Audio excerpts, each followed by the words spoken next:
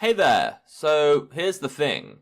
Between the 1st and the 6th of January, I wasn't able to make a Game of the Week for a week of games. This was because I was working on the Game of the Year 2017 video. Because of this, I've compiled the best of that week and the best of this week into one Game of the Week video. Apologies if you are a game designer who's expecting to see their game on this list and don't. Unless the name of the game was Kiwi the Bird, I still had reasonable fun playing the game. But yeah, only 6 games will appear on this list.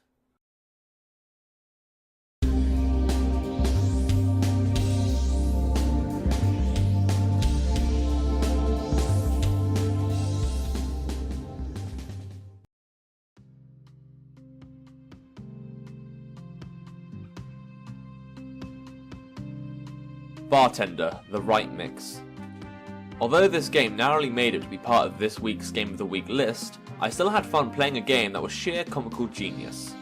Bartender the Right Mix is all about finding the right combination of substances to create the perfect cocktail. At the start of the game you are asked to make a cosmopolitan, but personally I feel like all Miguel the barman really wants is something with a lot of vodka. It isn't a game that needs to be taken too seriously, but I liked it because I hadn't seen any game focus on simulating the bar occupation. A real improvement I'd love to see is making more than one cocktail and trying to compile a list of makeable drinks, but as I've said, this game is only for a laugh.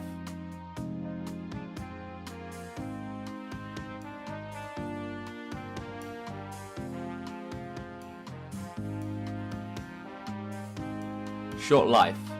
Despite the simplicity in this basic ragdoll-like game, Short Life is a fun puzzle platformer which is both enjoyable and lasts longer than some other internet games.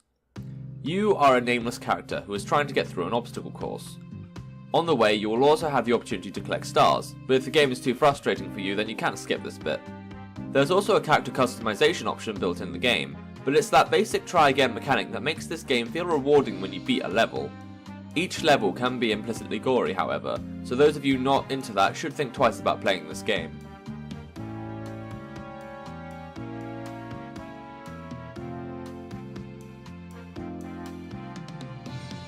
Fixation.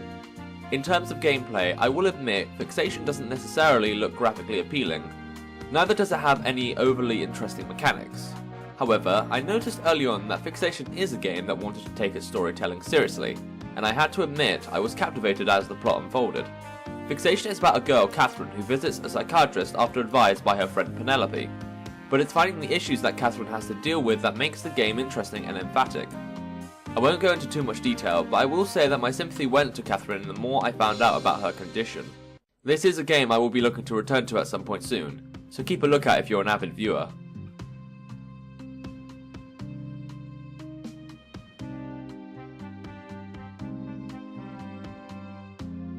Nightmare Tower. I've seen and played a fair few launch games, such as Toss the Turtle, Angry Birds, etc. Nightmare Tower is similar to these games, however builds on them by adding more customization and an end that is actually in sight. You are a knight who's received a letter from the king, saying that 10 princesses are trapped in a tower and it's your responsibility to save them. Admittedly a bit of a misogynistic plot, however when launching your knight up the tower, you'll find enemies you can slay on the way to boost your score. When you eventually rescue a princess, you'll get a bonus, and on top of this you'll be able to improve your performance by upgrading your gear at the shop. It's cool how these bonuses affect how your character looks as you buy upgrades, and the game continues to be addicting to the bitter end. This is definitely the best game of its kind I've seen so far.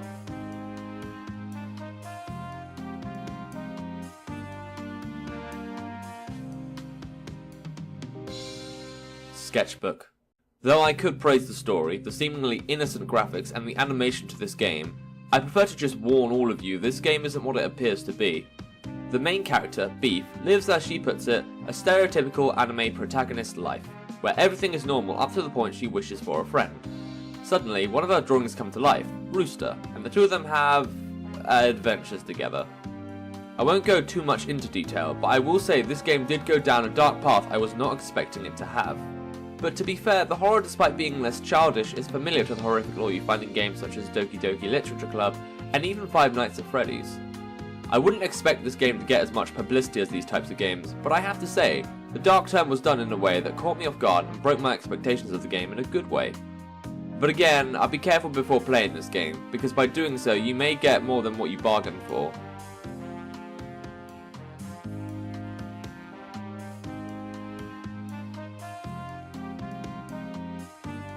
Rex. Between Sketchbook's fascinating storytelling and Rex's gameplay, I struggled to find a Game of the Week. Moreover, since the Game of the Week winner is a game I concluded to be better than 2 weeks worth of Let's Plays, I had to be sure I knew what Game of the Week would be. Although Sketchbook is a game that I feel would obtain better publicity for its controversy, Rex is a more simplistic game you could play with a friend one day and laugh about the time you had a year later. The game is pretty much a reimagined chess game. Each player has 2 pieces that can move once in any direction, another 2 which moves any direction twice, and a king piece which moves any direction 3 times on a 5x5 board. As well as a couch mode, there's also a single player mode, where you compete against harder and harder computers. There's also more than one mode available to play. One involves you taking all the pieces from the other player, whilst the other relies on one player capturing the other player's king. Now, as I've said, this game isn't likely a game that will receive much publicity because most will see this as another chess game. But to me, this is one of the purest games I've seen in a long time. Not designed to spook or outrage the player, but rather just for people to have fun playing the way they want to. Hence, Game of the Week is Rex. Although I still don't know what Rex actually stands for.